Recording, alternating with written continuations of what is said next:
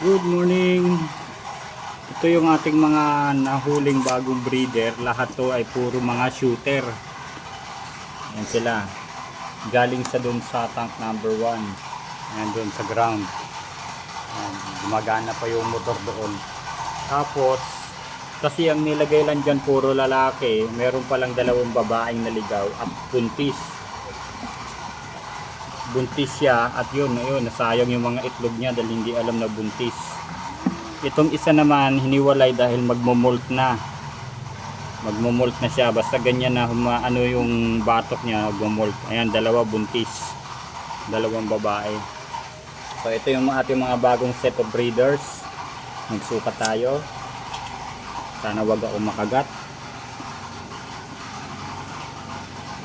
Ito siya.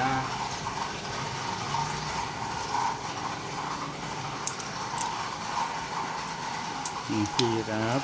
Okay. So dito, yun natin siya. Ang sukat niya ay 5 and 1/4. 5 and 1/4 ang size. So ito, magmomolt na rin to basta ganyan. Luluwag na yung batok. Ito yung isa pang malaki. Ito kakamolt lang na ito, malambot pa. Oo.